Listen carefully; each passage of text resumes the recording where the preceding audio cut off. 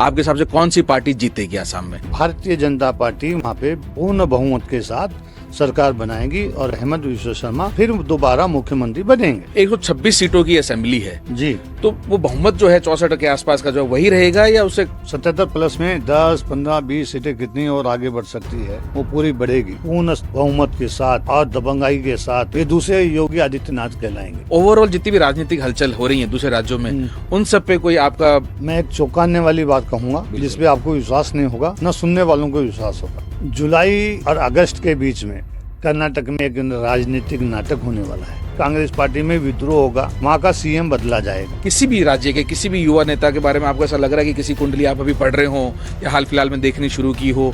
हमारे जो मुख्यमंत्री जो बने हैं, हो सकता है कि मुख्यमंत्री भी चेंज हो जाए। कर्नाटक में भी सीएम बदलेगा, दिल्ली में भी बदलेगा, राजस्थान में भी बदलेगा। हेलो दोस्तों, मैं अजय शेखावत एक बार फिर से आप सबका स्वागत करता हूं आपके ही अपने यूट्यूब चैनल पे। और आज हम करने वाले हैं एक ऐसा पॉडकास्ट जिसमें हम बातें नहीं, भविष्यवाणियों की बातें करेंगे। हम आज समझेंगे कि कैसे कोई भविष्यवाणी की जाती है तो उसके सच होने के कितने चांसेस हो सकते हैं, या फिर मैं ये कहूं कि आज भारत के अंदर जो ज्वलंत मुद्दे हैं उनमें से एक ऐसा मुद्दा है जिसके ऊपर आज हम एक बहुत ही पारखी नजर रखने वाले भविष्य वक्ता से उनकी भविष्यवाणी सुनना चाहेंगे कि उस चुनाव में जिसके बारे में हम अभी बात करने वाले हैं कौन जीतेगा, और साथ ही साथ उनकी पिछली कुछ भविष्यवाणियों की भी हम बातचीत करेंगे और जानेंगे कि क्या वो सच हुई, क्या वो गलत हुई और क्या परिणाम रहे। और आप सबके लिए भी एक टास्क रहेगा कि आप भी जाके चेक करना कि वो भविष्यवाणियां जो हमने बताई हैं कि पहले हमने की हैं और सच कही हैं तो वो सच में सच हुई थी या नहीं। अगर हम झूठे हों तो आप कमेंट सेक्शन में हमें जरूर बताना कि हम झूठे हैं। तो इन्हीं उम्मीदों के साथ में मैं स्वागत करना चाहूंगा ज्योतिषाचार्य देवी उपासक श्री मनोज पारिक जी का, जो कि एक भविष्य वक्ता तो है ही है, साथ ही साथ में जयपुर से बहुत ही वेल एस्टेब्लिश्ड ज्योतिषाचार्य हैं, जिनके साथ में भारत के बहुत सारे राज्यों से बहुत सारे नेता, मंत्री, बिजनेसमैन हमेशा उनकी सेवाएं लेते रहते हैं। तो मनोज पारिक जी, एक बार फिर से आपका हार्दिक स्वागत है हमारे यूट्यूब चैनल पे। बिल्कुल, आपका भी स्वागत है। जय माता की। जय माता की। तो मनोज जी, मैं कुछ भी पूछने से पहले आपसे ये पूछना चाहता हूं कि आप भविष्यवाणियां कब से कर रहे हैं और करते ही क्यों हैं? ऐसा है, मैंने कहीं भी न तो ज्योतिष का कोर्स किया है, मैंने सिर्फ माँ की भक्ति करी है। ओके। जो राज सत्ता की देवी है माँ बगलामुखी, उनकी भक्ति करी है और शून्य से शिखर तक पहुंचाने में माँ भगवती का एक बहुत बड़ा योगदान रहा है और हमेशा मैं उसके चरणों का दास बन के रहता हूँ। आपने उपासक कह के मुझे बहुत बड़ा पदवी दे दी है और माँ की जैसे जैसे मैं पूजा करता हूँ, माँ की भक्ति करता हूँ और मेरे पास जो भी आता है पूछने के लिए 100% उसकी भविष्यवाणी, मेरी जो निकली हुई बातें हैं वो बिल्कुल सत्य होती हैं। आप खुद ये कह रहे हैं कि मैंने कोई ज्योतिषाचार्य का कोई कोर्स नहीं किया है, लेकिन अधिकतर जो ज्योतिषाचार्य मिलते हैं वो अपनी जो पुरानी स्टडीज होती हैं या इस तरह की जो डिग्रियां कोर्सेज तो उनको बहुत बढ़ा चढ़ा के बोलते हैं, और आप खुला कह रहे हैं कि मैंने सिर्फ उपासना की है, भक्ति की है, उससे मेरे अंदर ये शक्ति है। बिल्कुल, सत्य कहना बहुत जरूरी है। सत्य का दर्पण हमेशा खुला रहता है, असत्य ज्यादा दिन तक नहीं चलता है। मैं एक राजघराने का पुरोहित होने के नाते वैसे भी हमें पूजा पाठ करने का राजाओं ने बहुत अवसर दिया है, हम और पूजा करते रहे हैं। सच कहने में कोई बुराई नहीं है। अगर कोई मुझे आके कल को मेरी डिग्री पूछ लेगा तो मेरे पास डिग्री नहीं होगी तो फिर क्या बात होगी। सही बात है। इसलिए मैं सत्य कहूँ तो बहुत अच्छा है। आपसे क्यों छुपाऊंगा मैं? नहीं, सही बात है। जिस देश में प्रधानमंत्री की डिग्री मांग ली जाती है तो फिर तो मैं तो आप तो एक कौन हूँ? ज्योतिषाचार्य बिल्कुल ठीक बात है। नहीं, तो ये बात एकदम सही है कि सच बोलो सुखी रहो, जी। ये तो जीवन का मंत्र है। आपने एक नाम लिया बंगलामुखी मंदिर का, माता जी का, और ये वही नहीं है जहाँ पे वसुंधरा राजे जी भी बहुत ज्यादा जाया करती हैं? जी, बगलामुखी के मंदिर भारत देश में 3-4 जगह हैं और भारत देश के अलावा एक नेपाल में भी है। अच्छा। नेपाल में सबसे प्राचीन मंदिर है। उसके बाद आएंगे आप नरखेड़ा, नरखेड़ा में भी एक मंदिर है। उसके बाद आएंगे कांगड़ा हिमाचल प्रदेश, वहाँ पे माता का मंदिर है। दतिया में स्वामी जी महाराज जो राष्ट्र हित के लिए माँ बगलामुखी की स्थापना करे थे और माँ बगलामुखी राज सत्ता की देवी के साथ साथ श्री विद्या भी है। अच्छा। वहाँ बंद कंडेश्वर महादेव हैं जो प्राचीन बहुत 5000 वर्ष पूर्व के हैं और अच्छा। साथ ही साथ वहाँ पे एक धूम्रावती माता का भी मंदिर है। 2 देवियों के बीच में शिव विराज रहे हैं तो वहाँ की शक्ति अद्भुत है। तप और जप के लिए वो जानी जाती है। देश का कोई ऐसा नेता नहीं है जो वहाँ नहीं गया। वो इंदिरा गांधी भी इमरजेंसी के बाद 33 महीनों के बाद वहाँ जाकर माँ की शरण में जाकर प्रणाम करने से, माँ को याद करने से पूर्ण सत्ता प्राप्त करी थी। ये मैं नहीं कह रहा हूँ, इतिहास में देख लीजिए आप। अच्छा, आपने एक वर्ड यूज किया अभी, राज सत्ता।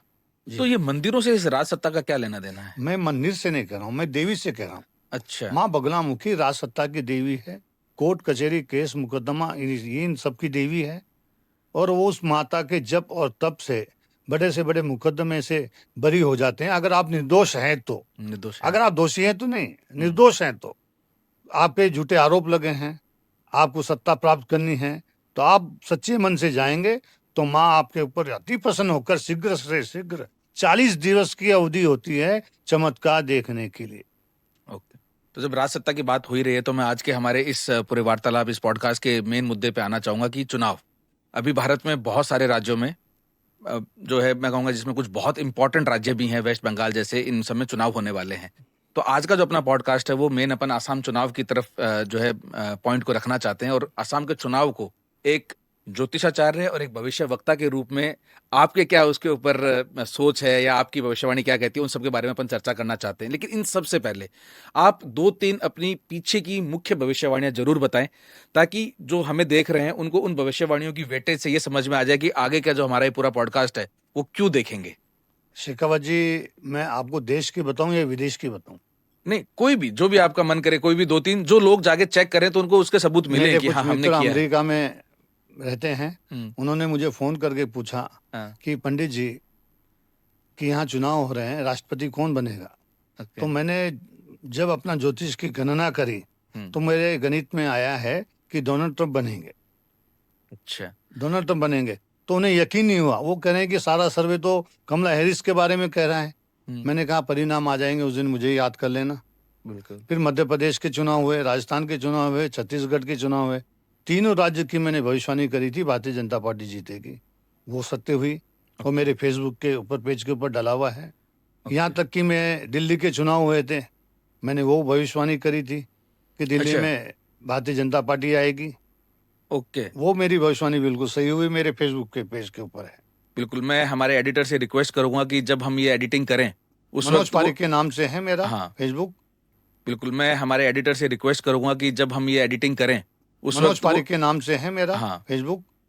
वो पेज का लिंक भी लगाएं।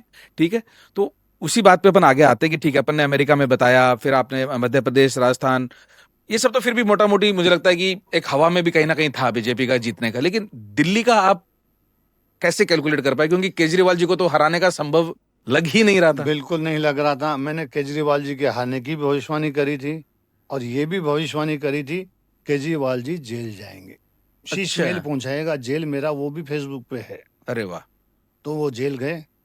बिल्कुल गए, और बहुत दिनों बाद। और ग्रह की जो गणना होती है हाँ, वो 100% जब निकलती है कि जब उसको जोड़ और घटा करने वाला और नक्षत्र को जानने वाला कोई ज्योतिष पढ़ा लिखा ही क्यों न हो, उसका अगर वो नक्षत्र का उनमें ज्ञान हो, ज्योतिष का ज्ञान हो, तो 100% भविष्यवाणी सत्य निकलती है। मैं नहीं, अगर कोई मेरे से भी अच्छा होगा तो उसकी भी निकलेगी। ओ, ये बात तो सही है। तो अभी अपन चलते हैं थोड़ा आसाम चुनावों की तरफ। जी सबसे पहले तो ये बताया कि आप आसाम एज ए स्टेट, जी। आप इस स्टेट से, इस राज्य से आप कितना जुड़ा हुआ महसूस करते हैं अपने आप को? क्या कभी आप गए हैं आसाम? बिल्कुल, मैं कई हजारों बार गया हूँ। हजारों बार? हाँ, मैं आसाम कई बार गया हूँ, हजारों बार। वो जाने का कारण ये है कि तंत्र का सबसे बड़ा गढ़ वहाँ पे कामाख्या मंदिर है, बिल्कुल, बहुत फेमस है। जो गुवाहाटी से थोड़ा सा 15 किलोमीटर ऊपर है, अच्छा, जहाँ माँ कामाख्या का मंदिर है। और कामाख्या के साथ साथ 10 महाविद्या, जिसमें ज्योतिष की भाषा में 10 महाविद्या हैं, और अगर विज्ञान की भाषा में कहेंगे हाँ, तो परमाणु बम है 10। अगर नागासाकी पे बम डला था, आज तक घास नहीं उगी है। वहाँ पे सब देवियाँ, 10 महाविद्या है, हाँ, बगलामुखी है, छिन्नमस्ता है, तारा है, काली है, भैरवी है, 10 महाविद्या है। तो अच्छा, कामाख्या एक तंत्र का गढ़ है, वहाँ पे हर एक को जाना जरूरी है। कभी मौका मिले तो आप भी जाइए, बिल्कुल, है ना। पर्यटक का साथ साथ वो एक साधना का केंद्र भी है, जहाँ पे आज भी बलि होती है और माता को बलि देकर प्रसन्न किया जाता है। जब से प्रसन्न किया जा सकता है तब से किया जा सकता है। वो आदि काल से बना हुआ मंदिर है, आज का मंदिर नहीं है। अच्छा, मतलब कम से कम हजारों साल पुराना तो मंदिर है। हजारों साल से भी ज्यादा मानिए आप। ओके। तो आसाम में आप कह रहे हैं कि आप हजारों बार गए, जी। वहां पे सब देखा, तो वहां पे पहले की राजनीति अलग पार्टियों की थी, अभी पिछले 10 साल, 10 भी क्या, शायद हाँ 10 साल तो हो ही गए बीजेपी को वहां पे आए हुए। तो अभी ज्योतिषाचार्य के एंगल से नहीं पूछ रहा हूँ, एक ऐसा इंसान जो वहां पे हजारों बार गया है, उसके हिसाब से वहां क्या बदला है इतने सालों में? वहाँ मेरा सिर्फ पहाड़ के ऊपर माता के से लगाव है। मैं नीचे कहीं घूमने कभी नहीं जाता हूँ। अच्छा। मैं सिर्फ साधना और माता की शरण लेने के लिए जाता हूँ, क्योंकि आप जैसे लोग मुझे कहीं पूछें तो माता से मैं शक्ति अर्जित करने के लिए जाता हूँ, न कि मैं पर्यटक के रूप में जाता हूँ। ओके। तो ठीक है, ये वाला सवाल तो फिर अपना कोई काम रहा नहीं, मुझे लगा कुछ आप ऐसा बोलेंगे कि हाँ कांग्रेस में ये था बीजेपी में नहीं था, या कांग्रेस में नहीं था बीजेपी में है। तो देखो, अब समय अनुसार सब जगह तो बदलाव आता ही है। ये बात तो सही है। अगर कुछ आया होगा तो बहुत अच्छी बात है, आया है, हम्म। उसको नकारा भी नहीं जा सकता है। हम्म। काफ़ी बदलाव आया है। अभी वहाँ पे सिर्फ एक एयरपोर्ट ही था, अब टर्मिनल 1 टर्मिनल 2 भी बन गए हैं। तो अच्छा। इतना खूबसूरत बना है। उससे मुझे चर्चा वो मेरे विषय की नहीं है, न तो मुझे वो चर्चा करनी है। ठीक है, तो अब अपन चलते हैं अपने एक्चुअल में जिस मुद्दे के लिए अपन बैठे हैं कि आसाम का चुनाव है। जी। आसाम के समीकरण पिछले 10 सालों में बहुत बदले हैं। जी। कांग्रेस के हिमंता बिस्वा कभी हुआ करते थे, वो आज बीजेपी के हैं और एकदम बिल्कुल फ्लैग ले गए, कहते हैं ना कि लीड कर रहे हैं फ्रंट से, पूरी कांग्रेस को तबाह करने पे तुल गए हैं। मंत्रियों को तोड़ डाला, उनके एमपीओ को तोड़ डाला, वगैरह वगैरह सब कुछ। दूसरी तरफ बदरुद्दीन अजमल जैसे नेता भी हैं जो कहते हैं कि उस एक पर्टिकुलर धर्म के लोगों का सारा वोट ही उनका है। अभी आपके जो असदुद्दीन अवैसी हैं, उन्होंने भी कहा कि मैं वहां चुनाव नहीं लड़ूंगा, उल्टा मुसलमानों को ये कहूंगा कि उन्हीं को ही वोट दें। तो आपकी जब ये ज्योतिष सारे भविष्यवाणी आप करते हो, तो आप सिर्फ अपने उस ज्ञान की शक्ति या जो आपकी गणित है ज्योतिष की, सिर्फ आप उसी का यूज कर रहे हो, या फिर ये सब चीजें भी आप देखते हो कि नहीं, कौन किसके नहीं, साथ नहीं। बैठ रहा है? भविष्य के साथ साथ हेमंत विश्व शर्मा की जो जन्म पत्रिका है, हम्म। उसके आधार पे ही मैं आज आपसे चर्चा करूंगा और उसके आधार पे मैं आपको बताऊंगा। अच्छा, तो अपन पहले हिमंता जी की बात करें या पहले आसाम चुनाव की बात करें? आसाम चुनाव की बात करें आप, तो चले। बात करेंगे तो उसके साथ साथ उनका भी नाम आएगा। उनका नाम आएगा तो फिर मैं पत्रिका का विश्लेषण करके आपको बताऊंगा। ठीक है, तो अपन सबसे पहले आसाम की तरफ चलते हैं। तो आप पहले आसाम का थोड़ा सा चुनावी गणित समझा सकते हो कि टोटल कितनी सीटें हैं, बहुमत के लिए कितनी चाहिए होती हैं, और फिर आपके गणित के हिसाब से उस बहुमत की सीटों में पूरी पूरी आएंगी, ज्यादा आएंगी, आप इसको कैसे बताना चाहेंगे? देखिए, आप मुझे जिस एंगल से पूछेंगे मैं उसी एंगल से जवाब देने के लिए तैयार हूँ, क्योंकि मेरा ये फील्ड है। मैं नादान खिलाड़ी तो हूँ नहीं कि टीम में आज पहली बार शामिल हुआ हूँ और मुझे खेलने का मौका मिल रहा है। बिल्कुल। मैं कई बार कई अवसर पर पब्लिक के बीच में मैंने भविष्यवाणी करी है। रंगमंच नहीं सजाया है मैंने मेरे ज्योतिष का जो केंद्र है, नक्षत्र है, आधारित है, उस पर मैं आप जैसे पूछेंगे वैसे बताने के लिए मैं तैयार हूँ। ठीक है, तो पहले तो एकदम पहला सीधा यस और नो, जी। या फिर मैं कहूँ कि कौन सी पार्टी, आप जी। उसमें भी जवाब दे सकते हैं। तो आसाम में ये वाला जो चुनाव है जिसकी वोटिंग 9 अप्रैल को होगी, 4 मई को नतीजे आएंगे, जी। आपके हिसाब से कौन सी पार्टी जीतेगी आसाम में? भारतीय जनता पार्टी वहां पे पूर्ण बहुमत के साथ सरकार बनाएगी और हेमंत विश्व शर्मा फिर दोबारा मुख्यमंत्री बनेंगे। वही मुख्यमंत्री रहेंगे, बदला नहीं जाएगा? नहीं बदला जाएगा। बीजेपी जो इतने राज्यों में चौंका रही है वहां नहीं चौंकाएगी? 100% वही मुख्यमंत्री बनेंगे, लिख लीजिए आप। आपने 2 भविष्यवाणी क्लियर कर दी, पहली कि बीजेपी ही जीतेगी आसाम चुनाव, जी। और मुख्यमंत्री हिमंता बिस्वा शर्मा ही होंगे, जी। और आप कह रहे हैं पूर्ण बहुमत से भी जीतेगी, चलो मान लिया। अब 126 सीटों की असेंबली है, जी। तो वो बहुमत जो है 64 के आसपास का जो है वही रहेगा, या उससे काफी ऊपर जाने की भी आपको उम्मीद है? 77 प्लस 77 प्लस में 10, 15, 20 सीटें कितनी और आगे बढ़ सकती है, वो पूरी बढ़ेगी। 177 प्लस। तो 126 में से 77 तो मिनिमम आएगी ही आएगी, आप कहना चाह रहे हैं? 100% आएगी, इसके ऊपर भी आंकड़ा जा सकता है। तो अगर बीजेपी की सच में 77 प्लस से 100 की तरफ अगर जाती हैं, तो बदरुद्दीन अजमल के पास जो हमेशा 30-40 सीटें रहती हैं, तो वो अपने गढ़ में हारेंगे इतनी देखो, सीटें? बिल्कुल वो एक आधी सीट या 1 सीटें जीतने से हेमंत विश्व शर्मा को रोक नहीं पाएंगे, क्योंकि उनकी मैंने अभी बताई थी जन्म तारीख 1 फरवरी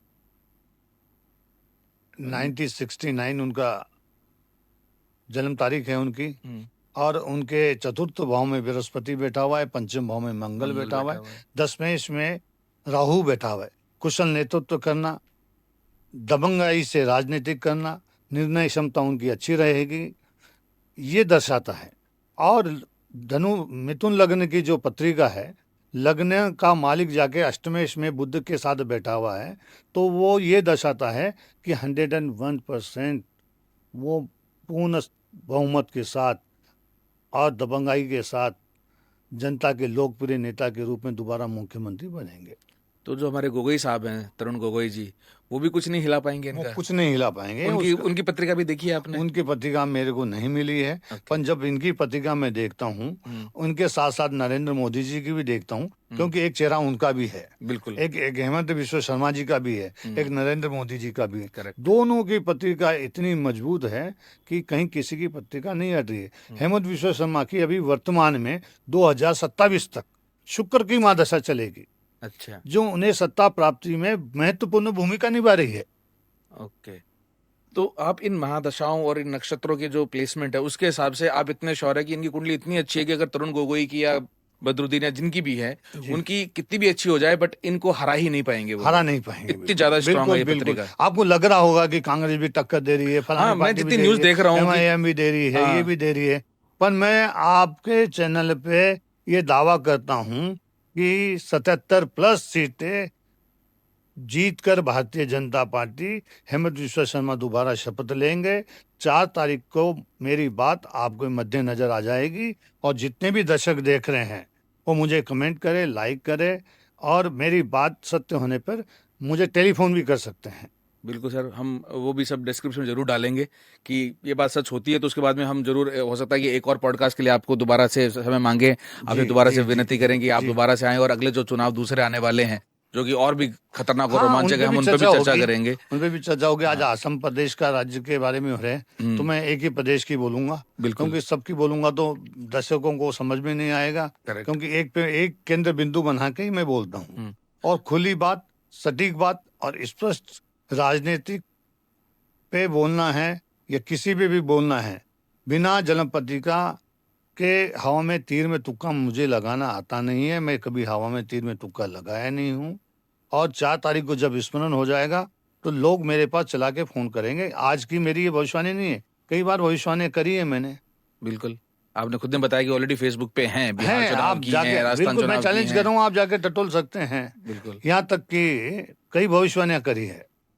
मतलब मैं तो ये सुन के हैरान हूँ कि राहुल गांधी, प्रियंका गांधी और पता नहीं कौन कौन जाके वहां असम में इतनी मेहनत कर रहे हैं, लोकल पार्टीज का एकदम पूरा गुट बना रहे हैं, अपना एक अच्छा बड़ा अलायंस बनाने की कोशिश कर रहे हैं, उसके बावजूद भी अगर वो इतनी बुरी तरह से हारने वाले हैं भविष्यवाणी के हिसाब से, जी, तो देखना बहुत ही मतलब वो होगा, रोमांचकारी होगा, क्योंकि कहीं ना कहीं हिमंता बिस्वा शर्मा का है वो औदा कि वो बहुत अट्रैक्ट करते हो। आपने कहा कि उनकी कुंडली की वजह से ऐसा है कि वो इतने चतुर्थ भाव का बृहस्पति, पंचम भाव का मंगल, दसम भाव का राहु उन्हें वो शक्ति प्रदान करता है कि दबंगई से ही दबंगाई नेतागिरी से चलेगी। अपने निर्णय पे अटल रहना, अटल रहकर कार्य करना। वो कांग्रेस छोड़ के आने का कारण भी यही ग्रह हैं। अच्छा, कि वो वहां नहीं रहते झुकेंगे नहीं, वो झुकेंगे नहीं। अपना जो कमिटमेंट उन्होंने कर लिया वो करके ही छोड़ेंगे।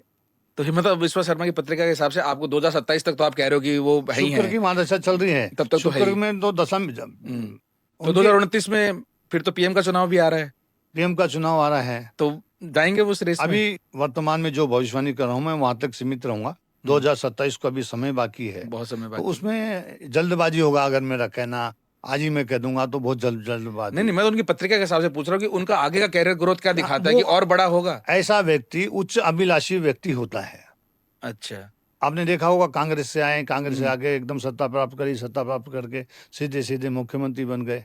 बिल्कुल, वरना बीजेपी कई बार आए हुए नए नेता को सीधा मुख्यमंत्री नहीं बनाती है। जो कांग्रेस का गढ़ था, हाँ, बीजेपी तो वहां दूर दूर तक नहीं थी, नहीं थी। और वो आसाम तो दिलाए आसपास की जगह और दिला दी इनको। दिला दी उन्होंने। तो ये उनकी कुंडली ही है और जो वो उनसे जो करवा रही बोलते है। हैं वो एकदम स्पष्ट और बोल्ड तरीके से बोलते हैं। ठीक है, वो बृहस्पति, मंगल और राहु का कारक है। जहाँ सत्ता प्राप्त करने के योग हैं, जहाँ भविष्यवाणी के योग हैं। अष्टम भाव का जो बुध आदित्य योग बन रहा है, लगन का मालिक बुध अष्टमेश में सूर्य के साथ युक्ति कर रहा है, तो यहाँ कंफर्म हो जाता है कि भैया ये ऐसा व्यक्ति राज करने में सक्षम होता है। और उसके जो जितने भी ये प्लेनेट की पोजीशंस हैं, और वर्तमान की अगर महादशा देखेंगे, 20 साल शुक्र की महादशा चलती है, 2027 तक उनकी शुक्र की महादशा चल रही है, तो मैं 100% लिख कर देने के लिए तैयार हूँ कि वही मुख्यमंत्री बनेंगे और बढ़िया नेतृत्व करेंगे। ओके। और हर नेता की अभिलाषा होती है उच्च अभिलाषा, तो इनकी तो और ज्यादा, इनकी पत्रिका में ग्रह योग ही ऐसे बने हुए हैं।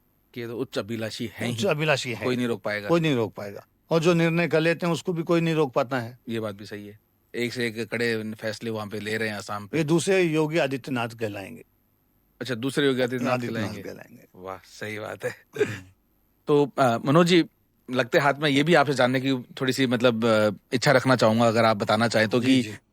और भी तो बहुत सारे राज्यों में चुनाव अभी जस्ट हुए हैं, कुछ में इनके बाद होने वाले हैं, और जी। फिर आगे भी बहुत सारे लाइन में अपने इंडिया में तो रहते ही रहते हैं। हम्म। तो ओवरऑल जितनी भी राजनीतिक हलचल हो रही है दूसरे राज्यों में, उन सब पे कोई आपका ज्योतिष की दृष्टि से कोई विचार, कोई मतलब विवेक से आप कुछ बताना चाहें? मैं एक चौंकाने वाली बात कहूंगा, बिल्कुल। जिसपे आपको विश्वास नहीं होगा, न सुनने वालों को विश्वास होगा। ओके। कर्नाटक एक राज्य है हाँ, जहाँ कर्नाटक सीतारमैया हाँ, की सरकार है, कांग्रेस की। कांग्रेस की है। वहां पे जुलाई और अगस्त के बीच में हम्म। कर्नाटक में एक राजनीतिक नाटक होने वाला है। जुलाई इसी साल, इसी साल 2026 जुलाई में, अप्रैल चल रहा है, अप्रैल मई जून जुलाई, मतलब मुश्किल से 4 महीने के 4 अंदर। महीने के अंदर एक अच्छा। बहुत बड़ा नाटक होने तो वाला मुझे है। लग रहा है बीजेपी वाले मई में सारे चुनाव के नतीजे आ रहे हैं, ये निपटाएंगे फिर वहां लगेंगे। बीजेपी वाले में नहीं लगेंगे। अच्छा, खुद ही कर वहाँ ग्रह लेंगे। नक्षत्र के ऐसी चाले, पहले डीके शिव कुमार को बन जाना चाहिए था, हाँ। पर बन गए दूसरे। अच्छा। अब वहां की पार्टी में ही, खुद की कांग्रेस पार्टी में विद्रोह होगा हाँ। और वहां का सीएम बदला जाएगा। ओहो। तो ये लो, लगे हाथ एक नहीं दो दो भविष्यवाणियां आज अपने पास में। आसाम की तो अपन को मिल ही गई थी, साथ ही साथ कर्नाटक में भी भाई, तो रोमांच कहीं खत्म नहीं होने वाला है। आईपीएल तो चलता रहेगा। आईपीएल अपनी जगह है। अगले महीने मई में आसाम के नतीजे हमारे सामने होंगे, भविष्यवाणी का पता चल जाएगा, और उससे ज्यादा दूर नहीं, मुश्किल से 2-3 महीने बाद में हमें कर्नाटक में भी खेला दिखेगा। बिल्कुल बिल्कुल बिल्कुल, कर्नाटक में परिवर्तन होने वाला है। वाह, वहां पे भी भगवा लहरा जुलाई आएगा। जुलाई जुलाई नहीं। अगस्त में आपको दिख जाएगा। अच्छा, मतलब बस कांग्रेस के अंदर ही हेरफेर होगा, बीजेपी वाले कुछ नहीं करने वाले। बीजेपी वाले नहीं करने वाले। अच्छा। वहां आपसरी कांग्रेस वाले ही विद्रोह करके इतने मुख्यमंत्री वर्तमान के जो है उनको परिवर्तन कर देंगे, दूसरा मुख्यमंत्री बनने के योग है, जिसका नाम अभी मैं नहीं बताऊंगा। ओके, अच्छा, आप ये कह रहे हैं कि विद्रोह होगा अंदर ही, पार्टी में विद्रोह होगा, कांग्रेस पार्टी सीएम में बदला विद्रोह। जाएगा, बट CM नया बदला सीएम कौन जाएगा। बदलेगा ये अभी नहीं बताएंगे आप? मेरा, अगर आप पूछ रहे हैं तो मैं बता सकता हूँ, डीके शिव कुमार बन सकते हैं। अच्छा, वो बन सकते हैं, 100% बन सकते लेकिन हैं। मतलब ये तो पब्लिकली भी है ना कि उन दोनों की आपस में चल रही है, और डीके शिव कुमार बहुत पावरफुल हैं, वही बनेंगे। अगर सिद्धारमैया को हटाएंगे तो उनके अलावा दूसरा ऐसा पावरफुल नेता कोई है क्या कांग्रेस के पास? बहुत है। वो तो हर पार्टी में रहते हैं, हाँ। उनसे भी पुराने पुराने होंगे। ओके। एक समय ऐसा आया था, डी के शिव कुमार परेशान थे, केस वेस आदि लगे हुए थे। आज समय उनका बढ़िया आ रहा है, और वो मुख्यमंत्री बन रहे हैं, और पार्टी में विद्रोह हो रहा है। ठीक है। तो इससे बड़ा उनके लिए समय कहाँ आ सकता है। तो पंडित जी, मैं आपसे एक और मतलब मेरे मन की बात मैं पूछ रहा हूँ जी, कि जी। ठीक है, ये पुराने नेताओं के बारे में आपने बता दिया, और भी अगर किसी और राज्य के आप बताना चाहें तो जान के बहुत खुशी होगी।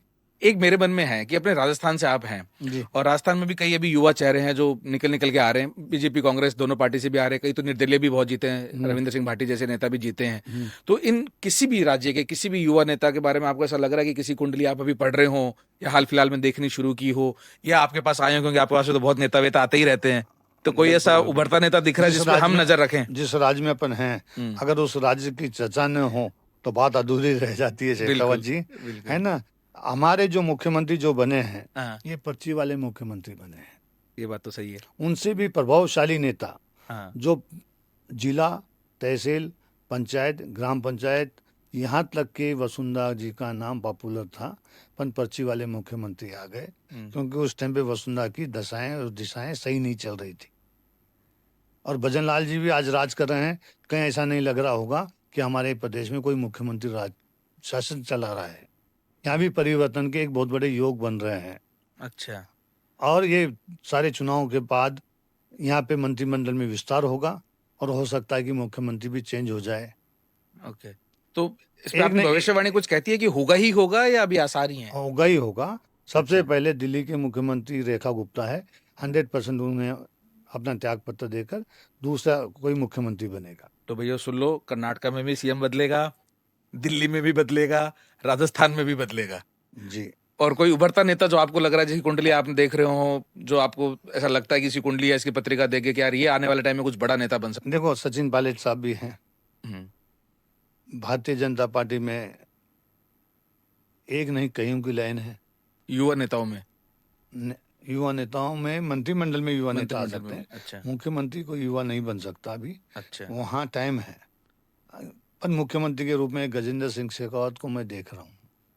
अच्छा। लेकिन उनके बारे में तो ये कहा जा रहा है कि, क्योंकि मैं खुद एक शेखावत हूँ, तो जो हमारे परिवारों में, रिश्तेदारों में जो हमें बातें पता चल रही हैं कि जब से पिछले चुनावों में अशोक गहलोत जी ने उनके ऊपर वो लगाया कि घोटाला किया है उन्होंने, उसके बाद से उनका नाम बीजेपी ने खुद नहीं काफी दबा दिया, तो शायद। आरोप प्रत्यारोप तो राजनीति में चलते रहते हैं। अगर आरोप प्रत्यारोप नहीं चले तो राजनीति किस बात की।